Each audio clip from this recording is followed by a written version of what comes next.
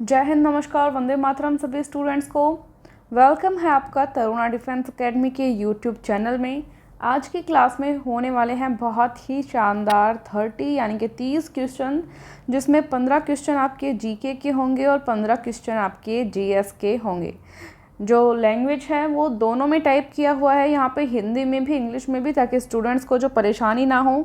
और मैं ये आपको बता देना चाहती हूँ कि ये ओरिजिनल पेपर है यहाँ पे अहमदनगर परीक्षा का। कौन सी परीक्षा का, एक बार मैं बता देती हूँ। अहमदनगर परीक्षा का जो ओरिजिनल पेपर था, उससे यहाँ पर जीके और जीएस हम सॉल्व करने वाले हैं। फटाफट से कमेंट बॉक्स में आप सभी जवाब देंगे और कंजूसी ना करें शेयर करने में और लाइक करने में। तो फटाफट से अपने दोस्तों के साथ क्लास को शेयर कर दीजिए। देखिए, पहला क्वेश्चन आपके सामने आ रहा है, आप देख पा रहे हो। बिल्कुल, निम्नलिखित में से कौन सा ओडिशा का पारंपरिक क्षेत्रीय संगीत है। देखो, संगीत के बारे में क्वेश्चन पूछा गया है। कई बार जो है नृत्य के बारे में भी पूछा जाता है। ओडिशा की जगह कोई और स्टेट का नाम भी आ सकता है। मतलब इस टॉपिक से क्वेश्चन आ रहा है, संगीत से, नृत्य से, अलग अलग स्टेट से आता है, तो वो पूरा टॉपिक आपको क्लियर करना है। यहाँ पे ऑप्शंस आपके सामने हैं, बुर्रा कथा, लमन, 10 कटिया या टप्पा। तो ओडिशा के स्टूडेंट्स को तो पता ही है। क्या बाकी सभी स्टूडेंट्स को पता है अहमदनगर का पेपर किसने सॉल्व किया था? बिल्कुल, 10 कठिया यहाँ पे राइट आंसर होगा। सी आंसर यहाँ पे राइट है। ठीक है, ओडिशा के जो पारंपरिक क्षेत्रीय नृत्य है, लोक नृत्य जो है ओडिशा के, यहाँ से भी क्वेश्चन बनता है। एक बार कमेंट करके बता देंगे अगर किसी को पता है ओडिशा के लोक नृत्य। हाँ, ओडिसी तो सबको पता ही है, और कौन से हैं वो बताओ। ओडिसी तो पता ही है आपको, ओडिसी लोक नृत्य है। इसके अलावा बिल्कुल छऊ है, छऊ है, और क्या है, सवारी भी है, सवारी भी है, और एक आया था ना, आया, आई थिंक आया नाम है। एक आया जो नृत्य है वो भी ओडिशा का लोक नृत्य है, काफ़ी पॉपुलर है। तो ये सब क्वेश्चन आपको आने चाहिए। ठीक है, नेक्स्ट क्वेश्चन है, थॉमस कप, जिसे विश्व पुरुष टीम चैंपियन भी कहा जाता है, अंतर्राष्ट्रीय प्रतियोगिता है। किसकी प्रतियोगिता है, कौन से खेल से संबंधित है, वो आपको बताना है। ठीक है, बताएंगे। फुटबॉल, क्रिकेट, बैडमिंटन या hockey? Thomas cup, Thomas cup बता देंगे। बिल्कुल, ये बैडमिंटन की प्रतियोगिता है या बैडमिंटन से संबंधित है। ठीक है, सी ऑप्शन राइट रहेगा। नेक्स्ट क्वेश्चन देखते हैं, भारतीय संविधान के अनुसार भारत के महान्यायवादी की नियुक्ति कौन करता है? तो ये देखो, ये जो है पॉलिटिकल साइंस से हमारा क्वेश्चन आ गया। इससे पहले वाला क्वेश्चन खेल से संबंधित था, उससे पहले जो है लोक संगीत से संबंधित था। तो ये देखिए, अलग अलग तरह के आपको जीके जो है पूरा तैयार होना चाहिए। हिस्ट्री हो, चाहे पॉलिटिकल साइंस हो, चाहे खेल वाला पोर्शन हो, चाहे स्टैटिक जीके हो। ठीक है, जल्दी से जवाब दो। महान्यायवादी मैं एक बार बता देती हूँ, ये अटॉर्नी जनरल जो होता है उसी को कहा जाता है, और इसकी नियुक्ति जो है राष्ट्रपति के द्वारा की जाती है। बी ऑप्शन यहाँ पे आपका राइट होता है। ठीक है, उच्चतम न्यायालय जो होता है, भारत का सुप्रीम कोर्ट जो होता है, उसमें प्रमुख वकील होता है ये। ठीक है, महान्यायवादी। नेक्स्ट है, किस व्यक्ति ने 1875 में आर्य समाज नामक उस संगठन की स्थापना की थी जिसने हिंदू धर्म में सुधार लाने का प्रयास किया था? फटाफट से जवाब दीजिए। 1875 में आर्य समाज, ये लगभग 10 अप्रैल 1875 मानी जाती है, गिरगांव मुंबई में, है ना। स्थापना की किसने, वो आपको बताना है। बता पाएंगे? बिल्कुल, दयानंद सरस्वती यहाँ पे आपका राइट आंसर होगा। ए ऑप्शन जो है आपका सही हो जाएगा। ठीक है, नेक्स्ट क्वेश्चन पे चलते हैं। निम्न में से किस कलाकार ने पद्म विभूषण और पद्म भूषण दोनों पुरस्कार जीते हैं? अलाउद्दीन खान, बिरजू महाराज, उदय शंकर या के.जी. सुब्रमण्यम? बता देंगे। बिल्कुल, मूर्तिकार रहे हैं के.जी. सुब्रमण्यम, जिन्होंने पद्म विभूषण भी जीता है और पद्म भूषण भी जीता है। ठीक है, मूर्तिकार रहे हैं ये। नेक्स्ट क्वेश्चन, विश्व मुद्रण स्वतंत्रता दिवस कब मनाया जाता है? वर्ल्ड प्रेस फ्रीडम डे कब सेलिब्रेट किया जाता है? तो बिल्कुल 3 मई को। ठीक है। नेक्स्ट क्वेश्चन, ये काफ़ी इंपॉर्टेंट क्वेश्चन है। सत्यार्थ प्रकाश के लेखक कौन है? एसएससी में भी आ चुका है, आर्मी में भी आ चुका है। देखो, स्वामी दयानंद, स्वामी रामदेव, स्वामी श्रद्धानंद, आचार्य बलदेव। सत्यार्थ प्रकाश जो रचना है ये स्वामी दयानंद सरस्वती जी की है। ए ऑप्शन राइट रहेगा। अभी जो ऊपर हमने पढ़ा, आर्य समाज के संस्थापक स्वामी दयानंद सरस्वती वही हैं, इनकी रचना है सत्यार्थ प्रकाश। बताया जाता है कि 1874 में जो है इस पुस्तक को लिखा गया था संस्कृत भाषा में। ठीक है, ये बताया जाता है। लिख देती हूँ मैं, 1874 का बताया जाता है और संस्कृत भाषा में, कोई दिक्कत नहीं है। चलिए नेक्स्ट क्वेश्चन, श्री दीनानाथ बत्रा का किस क्षेत्र में सर्वाधिक योगदान रहा है? श्री दीनानाथ बत्रा का कौन से क्षेत्र में योगदान है? कृषि, रोजगार, राजनीति या शिक्षा? तो ये देखो, शिक्षा के क्षेत्र से जुड़े थे और जो शिक्षा बचाओ आंदोलन समिति है उसकी स्थापना भी इन्होंने की थी। तो एटलीस्ट हो गया क्या? शिक्षा। ओके, नेक्स्ट क्वेश्चन पे चलते हैं। नाहर वन्य जीव अभयारण्य किस जिले में स्थित है? नाहर वन्य जीव अभयारण्य तो बिल्कुल ये है हरियाणा के रेवाड़ी में, हरियाणा में है। ठीक है। नेक्स्ट क्वेश्चन, अगरतला किस राज्य की राजधानी है? अब यहाँ पे अगरतला पूछी जाती है, कोई अदर राजधानी दे के पूछ सकते हैं कि कौन से स्टेट की है। हिमाचल प्रदेश का पूछा गया था आपको शिमला आर्मी में, कौन से एग्ज़ाम में पूछा गया था वो मुझे ध्यान नहीं, आप लोगों को ध्यान होगा, आपने किया होगा। बट इस तरह के क्वेश्चन आते हैं। अगरतला बताएं किस राज्य की राजधानी है? अगरतला बता देंगे? बिल्कुल, अगरतला है त्रिपुरा की। मणिपुर राज्य की राजधानी पूछी जाए, मणिपुर राज्य की राजधानी पूछी जाए तो बता देंगे क्या? कमेंट कर दीजिए। इम्फाल, बिल्कुल इम्फाल जो है आपका सही जवाब होगा। त्रिपुरा अगरतला हो ही गया। ठीक है। तेलंगाना बताइए, तेलंगाना की राजधानी क्या है? हैदराबाद है भाई, हैदराबाद तेलंगाना की राजधानी। पश्चिम बंगाल की तो आपको पता ही है, वेस्ट बंगाल की कलकत्ता या कोलकाता। ठीक है, कलकत्ता। नेक्स्ट क्वेश्चन, फेसबुक की खोज किसने की? खूब चलाते हो आप, पता होना चाहिए आपको खोज किसने की है फेसबुक की। तो बिल्कुल Mark Zuckerberg, B option right है। नेक्स्ट क्वेश्चन, युआन किस देश की मुद्रा है? युआन है भाई चीन की। ठीक है, चीन की मुद्रा है। बाकी भी आपको ध्यान होनी चाहिए। मुद्रा वाला टॉपिक जो अपनी ग्रीन कलर वाली फुल सिलेबस की बुक है ना तरुणा की, उसके अंदर दिया हुआ है मुद्रा वाला टॉपिक। जो पुरानी बुक्स थी उसमें नहीं दिया था, बट स्टूडेंट्स ने रिकमेंड किया और इससे क्वेश्चन भी बनने लगे। तो अब जो नया एडिशन था उसमें मुद्रा का जो टॉपिक है वो दे रखा है। ठीक है। हरा सोना किसे कहते हैं? बुक आपको अमेज़ॉन फ्लिपकार्ट पे मिल जाएगी। अमेज़ॉन फ्लिपकार्ट पे जाके आप तरुणा आर्मी बुक लिखेंगे, आपको ग्रीन कलर की बुक दिखाई देगी, वही है। आप उसको ऑनलाइन घर मंगवा सकते हैं, या ई बुक लेना है आपको तो ऐप डाउनलोड करें Taruna defence academy, play store पे जाकर वहाँ पढ़ सकते हैं। हरा सोना किसे कहते हैं? हरा सोना बताएंगे, चाय, कॉफ़ी, सोना या चावल? हरा सोना, बिल्कुल हरा सोना हम कहते हैं जी चाय को। हरी पत्तियाँ होती हैं चाय की और जो हम पीते हैं ज़्यादातर घरों में, वो उसको ब्राउन कर दिया जाता है, वो सूख जाती है एक्चुअली, उसके बाद में हम लोग पीते हैं।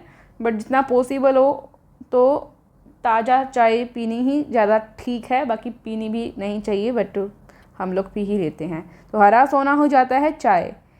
विक्रमादित्य अवार्ड किसे प्रदान किया जाता है? विक्रमादित्य नाम से ही पता लग रहा होगा आपको, बिल्कुल जो श्रेष्ठ रेफरी होता है, बेस्ट रेफरी होता है, उसको दिया जाता है। ठीक है।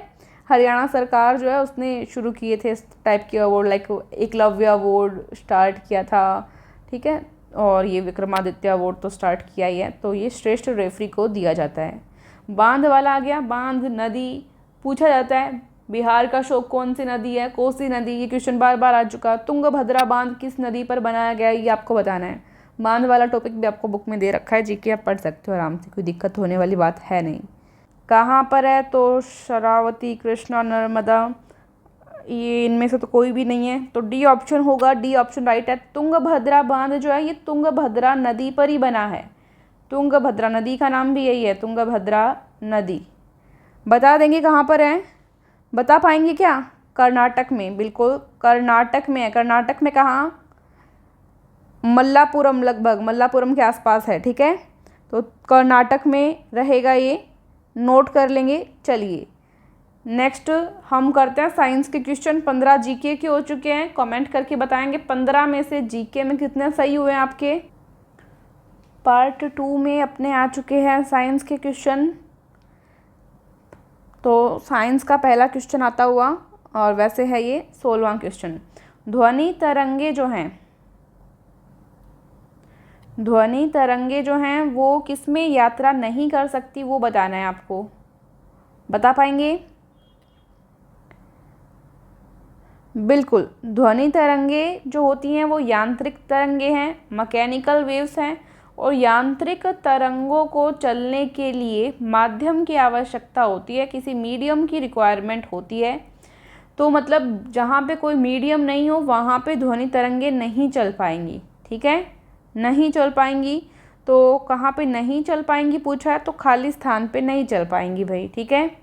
कोई ना कोई मीडियम लाइक वायु हो, पानी, स्टील, यहाँ सब में चल पाएंगी, ठीक है। तो ये आपको ध्यान रखना है, अच्छा क्वेश्चन है, बार बार आता है एग्जाम में। नेक्स्ट क्वेश्चन आपका आ चुका है, निम्नलिखित कारणों में से किसके कारण बादल आकाश में तैरते हैं? बादल आकाश में किस कारण तैरते हैं? तो ये लो डेंसिटी यानी कि निम्न घनत्व, उनका जो घनत्व होता है वो कम हो जाता है, इस कारण वो जो है आकाश में तैर पाते हैं, ठीक है, नोट कर लेंगे। नेक्स्ट क्वेश्चन देखते हैं, निम्नलिखित में से किस तत्व में धनायन बनाने की प्रवृत्ति जो है वो न्यूनतम होती है, कम से कम होती है? तो आपके पास ऑप्शंस है एल्यूमिनियम, कार्बन, सोडियम और जिंक। तो लिख लीजिए, देखो एल्यूमिनियम कितना +3 तक हो सकता है आपको बताइए, उसके बाद में कौन कम है, उसके बाद में जिंक, सोडियम की +2 तक होती है, उसके बाद में सोडियम +1 तक हो सकता है, और लास्ट में कौन रह जाएगा आपका? कार्बन रह जाएगा, ठीक है। तो सबसे ज़्यादा एल्यूमिनियम हो गया, तो एल्यूमिनियम कहाँ पे आपका? ये एल्यूमिनियम, फिर उसके बाद में जिंक, उसके बाद में सोडियम, उसके बाद में कार्बन। आपको क्वेश्चन में पूछा क्या है कि किस तत्व में धनायन बनाने की प्रवृत्ति न्यूनतम, सबसे कम किस में होती है? अब ध्यान रखना, कम पूछिए तो कम किस में हो गई यहाँ पे? कार्बन में। तो बी ऑप्शन जो आपका राइट हो जाएगा, ठीक है। धनायन बनाना, पॉजिटिव बनाना किसी चीज़ को, क्या मतलब हुआ कि किसी तत्व में इलेक्ट्रॉन को डोनेट करने की या इलेक्ट्रॉन को त्याग करके खुद पॉजिटिव हो जाने की जो प्रवृत्ति है उसको धनायन बनाने की प्रवृत्ति या पॉजिटिव बनाने की प्रवृत्ति जो हम कहते हैं, ठीक है, कहते हैं इसको, ठीक है। तो न्यूनतम पूछा था, सबसे कम यहाँ पे कार्बन में, सबसे ज़्यादा पूछा जाए तो सबसे अधिक इनमें से एल्यूमिनियम में, जो ऑप्शन आपको दिया है एल्यूमिनियम ऑप्शन के अकॉर्डिंग, ठीक है, अधिकतम इन सब में से एल्यूमिनियम, जिंक और सोडियम और कार्बन में से।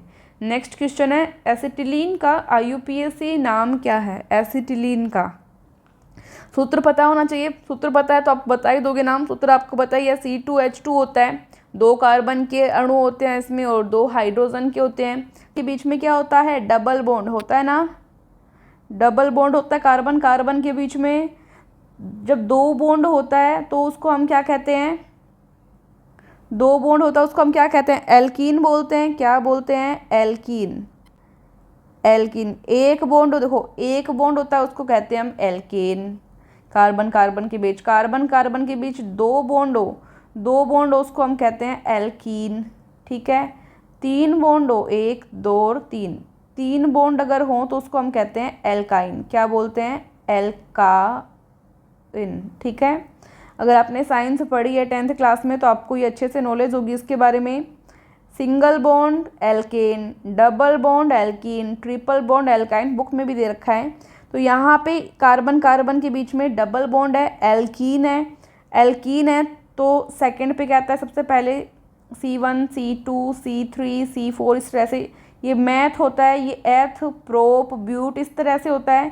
तो ये एथ है और ये इन बनेगा इसके लास्ट में, इसका जो है लास्ट का लग जाएगा इसमें, तो ये एथीन हो जाएगा। क्या हो जाएगा?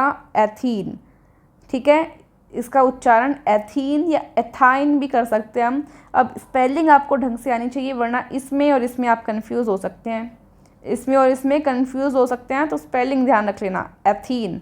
तो एसिटिलीन का यूपीएससी नाम क्या? एथाइन बोल सकते हैं, एथीन। ठीक है, इथीन मत कर देना, ये गलत है। ठीक है, नेक्स्ट क्वेश्चन देखेंगे। खाने वाले सामान्य नमक का रासायनिक नाम क्या है? ये आपको बताइए, सोडियम क्लोराइड होता है, NaCl, कोई खास बात नहीं है। बी ऑप्शन राइट है। नेक्स्ट क्वेश्चन, इनमें से कौन सा असंपर्क शक्ति का उदाहरण नहीं है? असंपर्क शक्ति का उदाहरण नहीं है वो बताना है।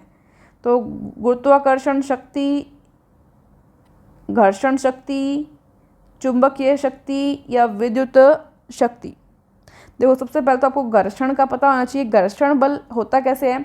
दो वस्तु होती है ना, दो वस्तु के बीच में लगता है, मतलब दो वस्तु आपस में संपर्क में रहती है, दो वस्तु संपर्क में रहती है, वहाँ पे क्या लगता है? घर्षण बल लगता है। तो जब वस्तु संपर्क में हो गई, संपर्क में हो गई, मतलब ये वाला तो अपने फॉलो नहीं किया, तो बी ऑप्शन क्या हो गया? राइट हो गया। एक तरीके से आप ऐसे समझिए कि किसी वस्तु को छुए बिना ही आकर्षित हो जाना, या उस पर कोई प्रेशर लगना, बल लगना, कोई फोर्स लगना, तो क्या कहलाता है? वो बिना छुए ही फोर्स लगना। एक तरह से आप कह सकते हो कि दो टाइप इसके मान सकते हो आप। एक तो कांटेक्ट फोर्स, एक तो कांटेक्ट फोर्स यानी कि संपर्क बल, एक होता है नॉन कांटेक्ट फोर्स। ठीक है, कांटेक्ट फोर्स में क्या आ जाएंगे? जब दो वस्तुएं जो है संपर्क में हो, आपस में एक दूसरे को छुए, लाइक घर्षण बल, लाइक घर्षण बल। ठीक है, नॉन कांटेक्ट फोर्स में जो आपस में नहीं छुए, नहीं छुए, लाइक गुरुत्वाकर्षण बल हो गया। पेड़ से आम टूट के गिरा, एप्पल टूट के गिरा, तो धरती ने पेड़ वो फल को छुआ थोड़ी, धरती ने फल को नहीं छुआ, फिर भी फल जो है नीचे की तरफ ही गिरा, नीचे की तरफ ही गिरा, तो गुरुत्वाकर्षण बल हो गया। पानी की बूंद ऊपर से नीचे ही गिरी, तो धरती ने उसको खींचा है बिना टच किए, बिना टच किए, तो बिना कांटेक्ट किए जो फोर्स है उसको नॉन कांटेक्ट फोर्स कहते हैं। और जो संपर्क में आता है, टच कर लेती है दो वस्तुएं आपस में एक दूसरे को, उसके बाद में कोई बल लगता है, लाइक हम सड़क पे चल रहे हैं तो सड़क का घर्षण बल लग रहा है, तो वो कांटेक्ट फोर्स होता है। हमें एग्जाम्पल बताना है, which of the following is not an example of non contact force, मतलब असंपर्क बल का एग्जाम्पल कौन सा नहीं है वो पूछा है हमसे। तो असंपर्क बल के गुरुत्वाकर्षण तो असंपर्क बल हो गया। चुंबकीय शक्ति भी, चुंबक भी बिना टच किए ही दूर से ही खींच लेती है वस्तु को, तो यह भी असंपर्क बल का एग्जाम्पल हो गया। विद्युत स्थित शक्ति भी यही है, इलेक्ट्रिकल पोटेंशियल फोर्स भी वही है कि बिना टच किए जो है वस्तु में उत्पन्न हो जाता है। तो यहाँ पे घर्षण शक्ति यानी फ्रिक्शन फोर्स ही ऐसा है जो वस्तु को टच करके ही, वस्तु के संपर्क में आकर ही कंडक्ट होता है। ठीक है, तो घर्षण शक्ति यहाँ पे आपका राइट आंसर हो जाएगा। थोड़े बहुत जो है बेसिक चीज़ें हमें ध्यान होनी चाहिए, तब हम इजीली क्वेश्चन को सॉल्व कर पाते हैं। नेक्स्ट है, खून को कौन सा तत्व रोग प्रतिरोधक शक्ति प्रदान करता है? रोग प्रतिरोधक शक्ति खून को यानी रक्त को कौन प्रदान करता है? बता पाएंगे? बिल्कुल, शरीर के सैनिक कहलाती है WBC, श्वेत रक्त कणिकाएं। ये जो बीमारियां होने वाली होती है उससे हमारी रक्षा करती हैं। सी ऑप्शन यहाँ पे क्या हो जाएगा? राइट हो जाएगा। नेक्स्ट क्वेश्चन, इनमें से कौन सी बीमारी संक्रामक है? कौन सी बीमारी संक्रामक है? कम्युनिकेबल डिजीज है, मतलब फैल सकती है एक दूसरे से। पैचिस, HIV, कैंसर या उपयुक्त में से कोई नहीं। तो संक्रामक बीमारी कौन सी होती है? जो एक दूसरे से फैल जाए। तो इस क्वेश्चन में हम जो है ऑप्शंस को एक बार ध्यान से देखेंगे। पेचिस, HIV, कैंसर। अब हम जल्दीबाजी में क्या करते हैं, HIV को रिलेट कर देते हैं डायरेक्ट एड्स से, बट यहाँ पे देखिए एड्स नाम नहीं दिया हुआ है आपको नाम दिया है HIV। HIV एक प्रकार का वायरस है जो कि एड्स को फैलाता है, लेकिन HIV अपने आप में एक बीमारी नहीं है। तो हमारा क्वेश्चन बनता है कि इनमें से कौन सी बीमारी संक्रामक है, कौन सी बीमारी संक्रामक है। तो डी ऑप्शन राइट हो जाएगा कि इनमें से कोई भी बीमारी संक्रामक नहीं है। संक्रामक मतलब छुआछूत से होने वाली बीमारी, छुआछूत से होने वाली बीमारी होता है, ठीक है। छुआछूत से जो आप मान सकते हो जीवाणु, रोगाणु इनसे फैलती है, रोगाणु से फैलती है, जीवाणु से फैल सकती है, विषाणु से फैल सकती है, ठीक है। प्रोटोजोआ कवक से भी फैल सकती है, प्रोटोजोआ से, कवक से, इन सब से बीमारी फैल सकती है। कैसे, इनके वाहक हो सकते हैं मक्खी, मच्छर इनसे फैल सकती है, ठीक है। गंदे भोजन से, गंदे पानी से या सेक्सुअल रिलेशन से।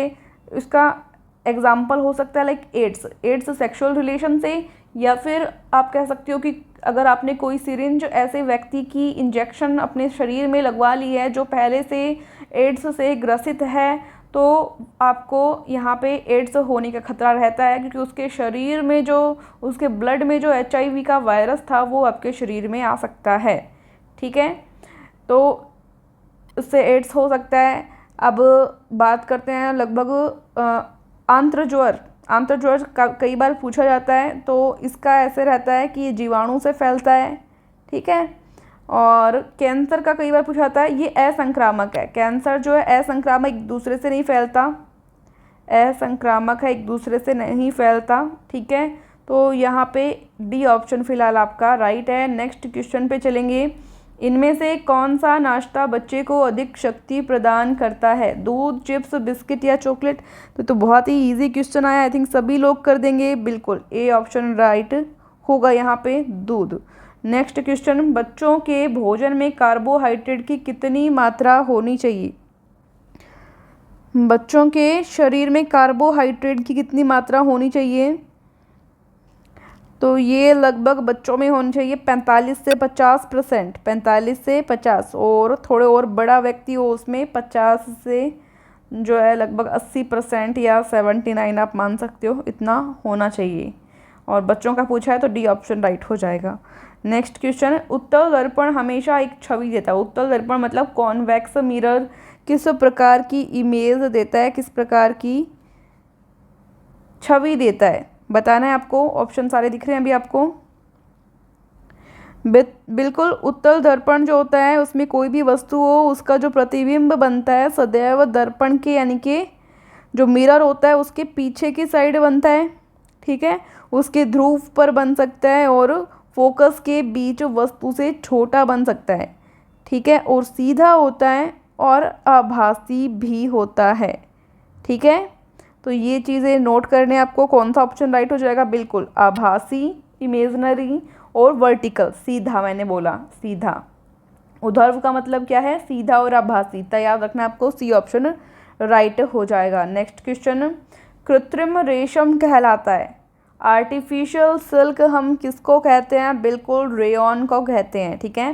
रेशम जो होता है कीड़ों से प्राप्त किया जाता है, कीड़ों से, किससे प्राप्त करते हैं, कीड़े से प्राप्त किया जाता है, सेरीकल्चर इसको हम बोलते हैं। और यहाँ पे हम बात कर रहे हैं कृत्रिम रेशम की, तो ये रेयॉन को कहते हैं, सिंथेटिक होता है, ये फैक्ट्रीज में बनाया जाता है। नेक्स्ट क्वेश्चन, जलवायु परिवर्तन और विश्वव्यापी तापक्रम वृद्धि पैदा करती है। जलवायु का परिवर्तन और विश्वव्यापी तापक्रम वृद्धि क्या पैदा करती है, ये बताना है हमको।